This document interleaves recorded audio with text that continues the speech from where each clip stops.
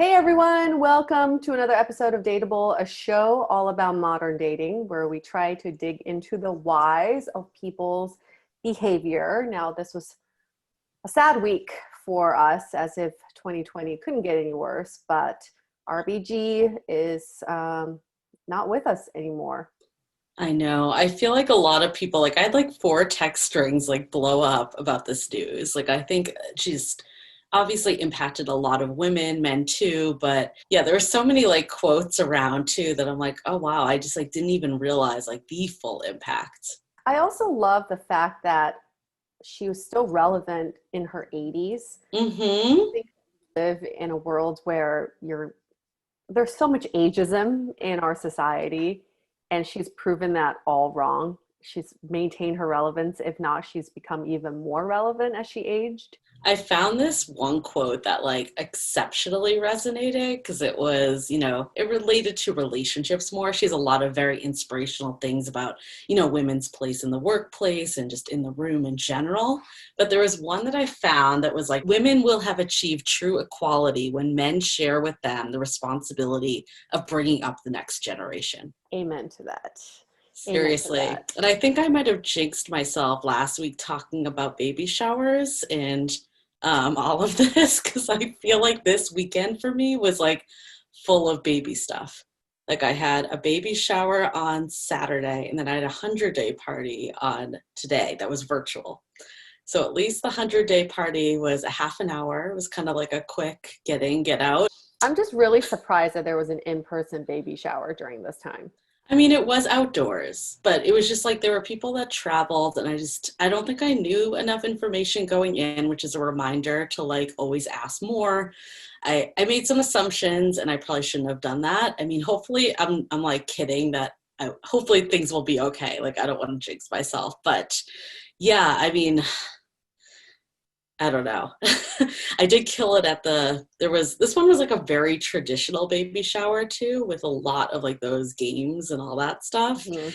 I did, I I failed miserably at most of the games, but I did kill it at the name the song that has the word baby in it. And then they did it Oh, again at the 100-day party today, and I killed it again because a lot of them were the same.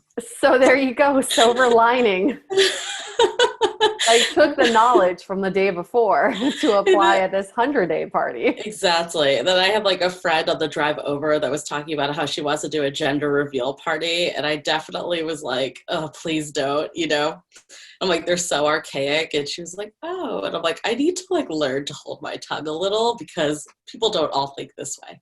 So, Yeah, yeah. After I re-listened to our episode last week, I kind of thought about how, um, yeah, I felt a little bit bad because I think people have the right to do whatever they want and they can celebrate whatever they want, but it is my choice to not go. And so yes. it's not so much about the actions of the people having these parties, it's just that my choice is to not to partake. The That's, problem is, though, people get offended by that because of that's what course. drove me to go to this one is because I felt an obligation to go. Like, Mm. my feelings towards baby showers. Do I want to sit at a baby shower all day? No. But I felt obligated because it was a friend of mine. Right, right.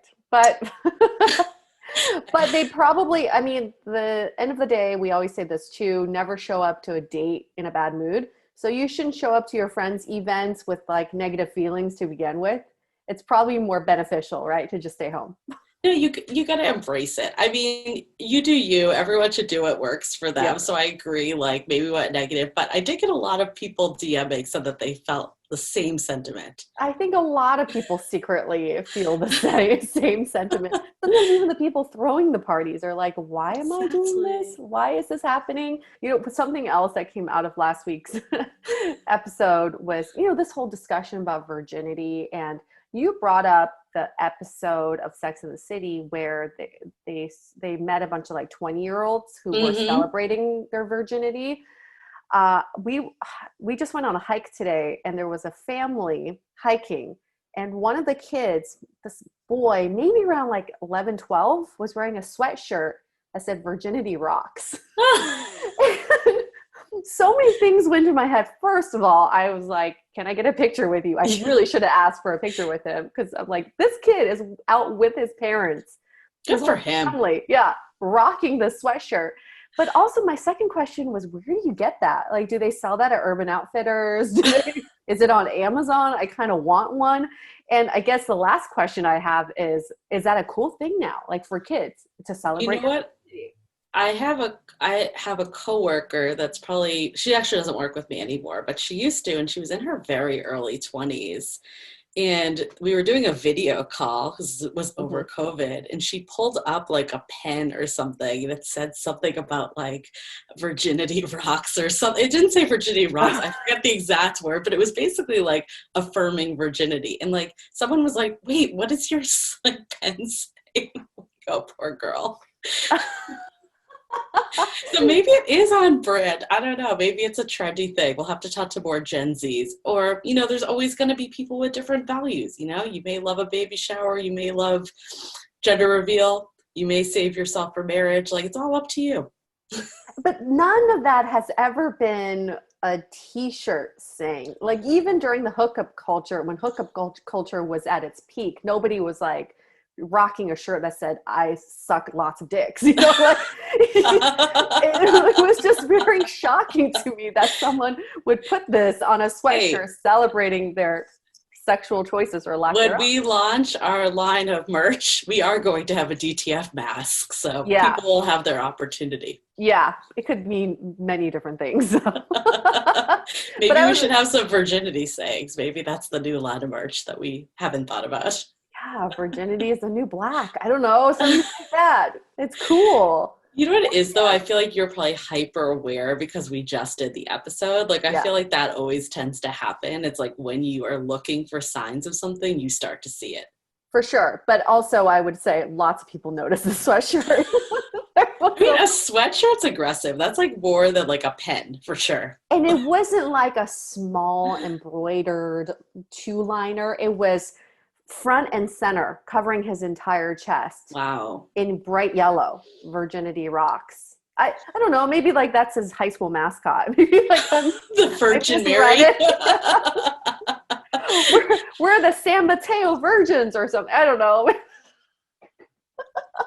Oh my God. Totally I hope that's someone's new school. We're the Virgins. Go Virgins. Hey, there's like the Trojans. How is it that different? Yeah, maybe it's the same thing. It was actually like USC colors, you know, like the school, USC Trojans, their colors. They've changed. They're like, nope, we gotta go to Virginity now. Yeah. The Trojans were the Virgins were the Trojans. We are a born again school now. We're born again virgins.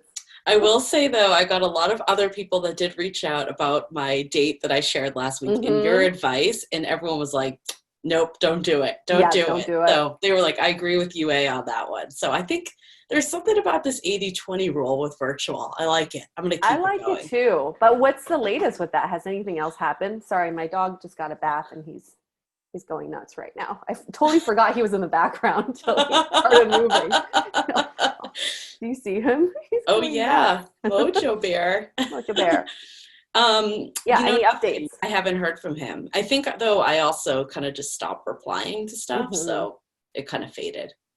I'm guilty of the slow fade, but I did get some other weird dating behavior this week that I'll throw out to you. Yes, please. So one of them was someone new on Bumble. I just like, because, you know, the woman messages first. So I hit him up and I was like, oh, how's your day going or something? And he writes back immediately, you look tall. I'm only 5'7". And I'm like, okay. No. Like, I mean, I get like people have insecurities. Like I have insecurities about things too. I'm not judging it, but to put that out like immediately was crazy. And I was like, well, I'm only 5'5". And then he's like, okay, we can talk then. And I'm like, okay, you've lost me at this point. So yeah, I'm not saying that you don't have a right to your insecurities, but you don't need to lead with your insecurities. Like, lead with something great about yourself, or just answer the fucking question. How's your day? Like, I didn't ask you about your height. Okay, so this is where we have to take a moment and talk to all the men out there who are insecure about their height. And I get it. You've all written to us. We heard it for years that statistically it's shown that men who are over 5'10" get more matches on these dating apps, etc. Women always have like a height preference and a height minimum. Yes, these are true. But what people report and put as their preferences don't necessarily reflect reality. I have lots of male friends who are under 5'6", who have girlfriends who are taller than them or same height. And their height was never a hindrance for them when they were dating, but it is a hindrance when you put it at the forefront of your messages. Yes. When you lead with that, it already shows that you have this insecurity that you're trying to focus on. It's not a sexy thing. No. And I mean, okay, I'll play devil's advocate, and let's say this was really important to you that I wasn't taller than you. You can work it into the conversation later. Don't put that as like the first message back when someone asks you how your day was. It's just so bad. Don't you have that on your profile, your height? I do. I do have it up. But, everyone lies about their height. Like, guys always shave off. Like, I had a friend that went on a date and was like, oh, he was shorter than he said. I'm like, are you surprised by this? This is like, I automatically assume there's a chance that a guy is going to be at least 1 to 2 inches shorter than they say. Like, I'm already factoring that in. Yes. And I will say this again. Women will never stop talking about wanting tall men. It's just a fact, okay? Women are always going to be like, oh, I like them a little tall. I like them a little tall. But let's look at reality. It does not always reflect what people say. No. We see people of the same height all the time getting together. That's what's really happening. So stop focusing on what's happening on the apps, because that's not a reflection of what could happen for you in reality. And also, maybe the deal breaker isn't your height, because that wasn't the turnoff for me. I would have totally been okay with it. It was the fact that you led with that immediately. And like, you weren't going to talk to me if I was taller. Basically. So that was weird dating behavior. That's weird. Number one. That's weird. But you don't want to lead with that. And then the second one I encountered was, I brought this up that I had a phone call date the week before. And then we were supposed to do like a foot fetish date. I don't know. I thought you were going to lead with like foot. I heard foot coming out. That would be, I'm like, that's weird. Now I feel like I'm going to underwhelm you of how basic this is going to be. But yeah, I had the guy that I did the phone call with last week, not phone foot fetish. And we had a video date planned, and we talked about it on Monday, and I was like, oh, I could do Monday or Wednesday, and he's like, let's do tonight. Great. This was at like 11 in the morning. Okay. So I'm getting ready for the date. We were supposed to talk at 8:00 p.m. He messages me at 7:45 and was like, hey, you seem really great, but I actually just decided to move forward like more like seriously with someone else. Which, maybe he is, maybe he's not. That's good for you. Again, like, we only talked one time on the phone. I've never even seen what you look like, so I'm not that attached. But don't tell me it's 7:45. Like, thank God I actually, like, didn't get ready, because you and I had recorded earlier that day, so I already just, like, did my hair for that. But what if I was, like, spending all this time getting ready, and then you just drop that? I'd be so annoyed. So that's my rant. When you told me about this, when this happened to you, my first thought was, what happened in the course of that day? On this podcast, we always want to get to the bottom of like why people do the things they do. I wonder if he was trying to line people up, but he had like one person that was a front runner waiting for her to text him back. And the minute she did text him back, he is like, oh, okay, yes, I'm going to go with her and nobody else. There's something, again, very insecure about that move too.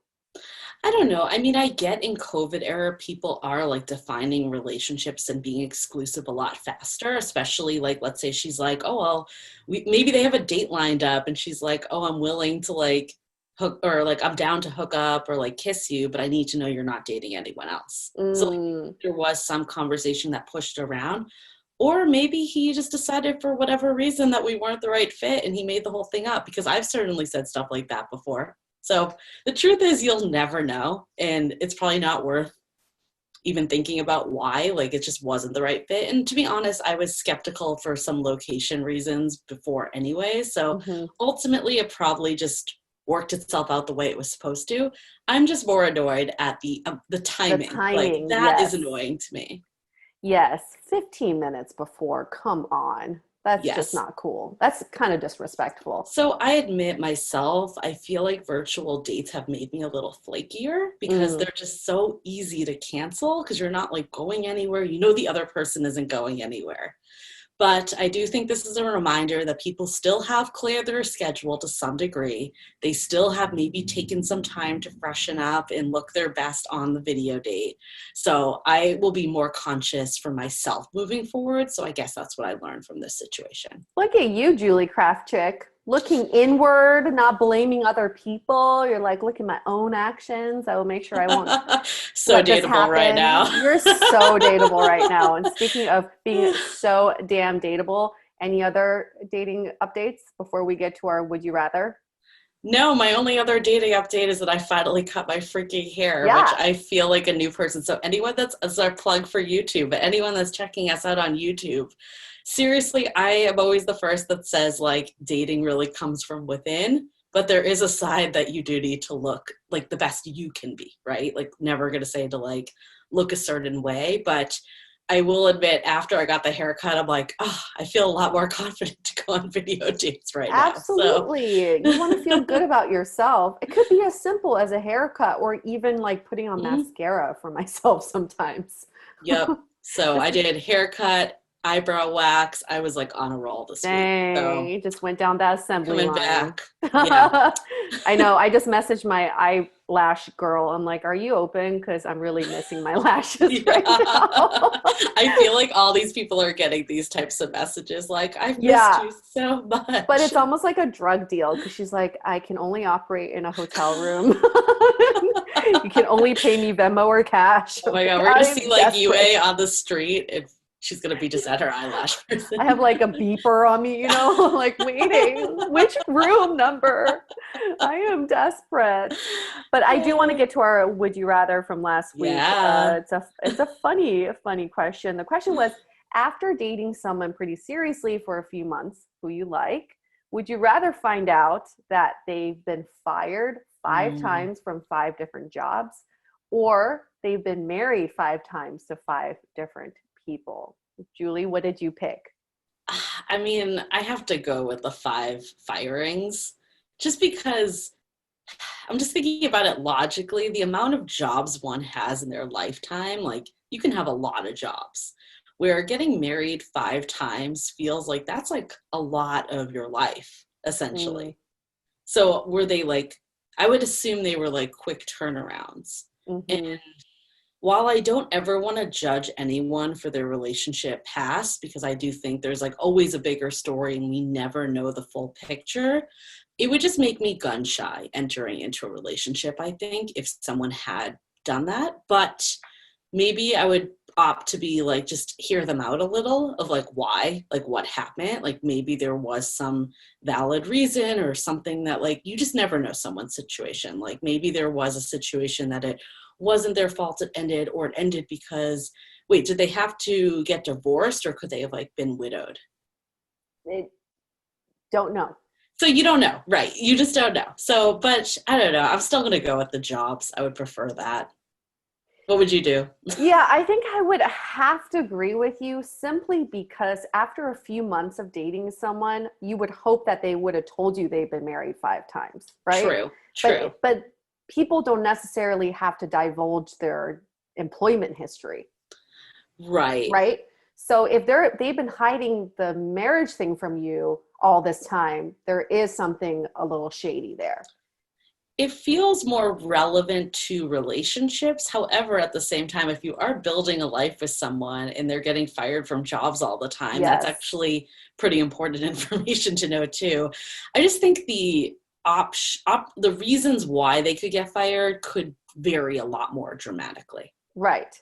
But it wouldn't come up in conversation as easily, I So you're guess. saying it's the misleading part that would bother you It's a more than the misleading part, actual. yes. But the other part, I mean, I always try to play devil's advocate. Yes, I don't want to hear that someone's been married five times, but you're right. They could have been widowed. They could have been fleeting marriages. They could have been abusive marriages. They Yeah, had you to get just never out. know. Yeah, it could have been really quick turnarounds. Also shows that they are not afraid of commitment. That's for sure.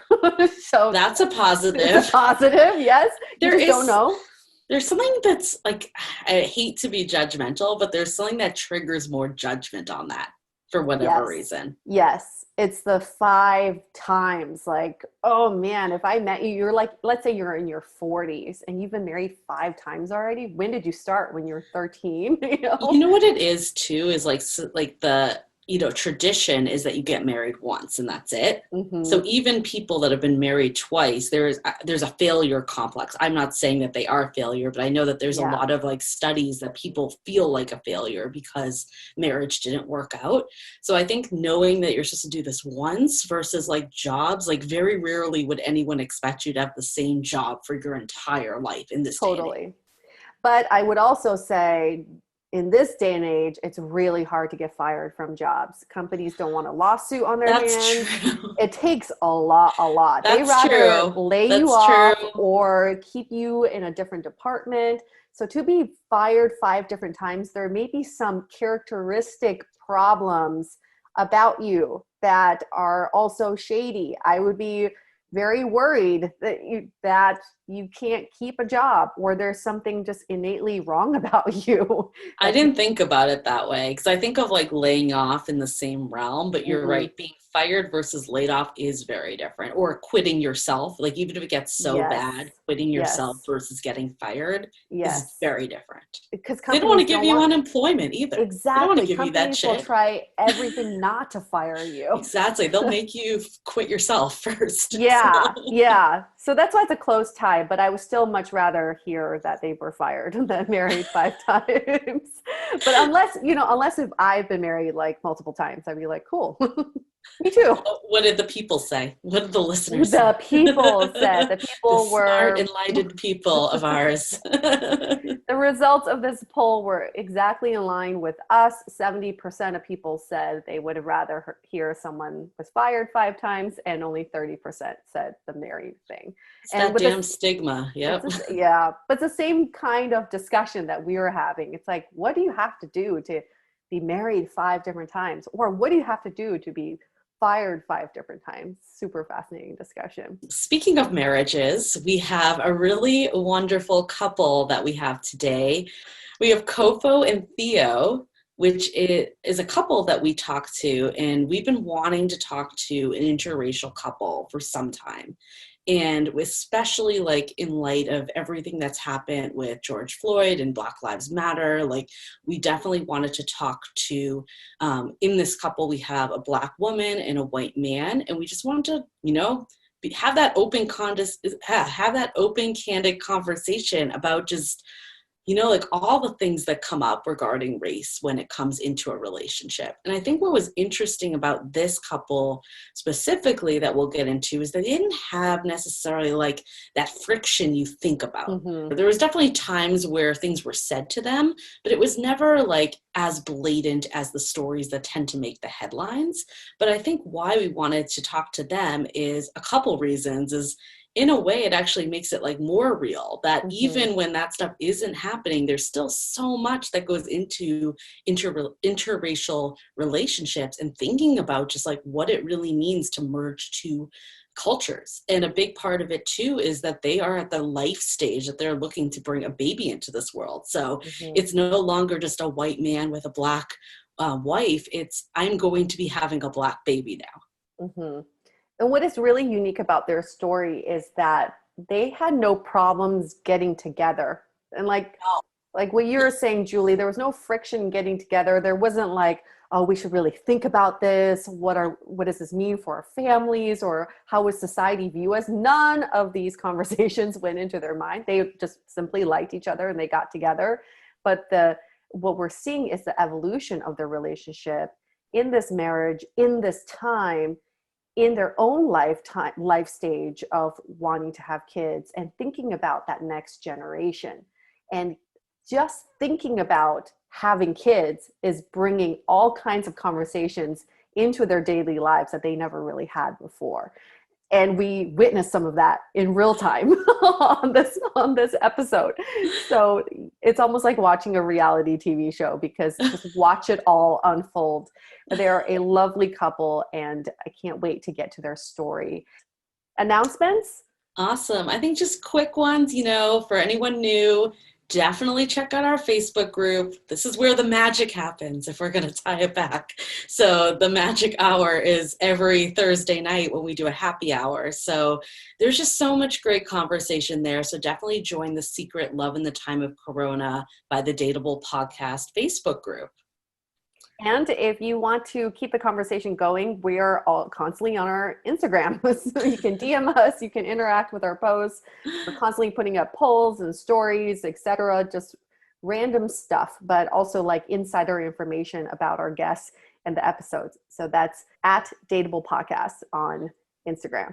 I think the last announcement is definitely share this episode with a friend. I think if your friend is in an interracial relationship themselves, it's definitely a go-to, but also even if you're not, I think there's just the more we can keep the conversation going about race, and the fact that it does very much show up in dating and relationships and all the things we were just talking about, pretty much anyone can benefit from this episode.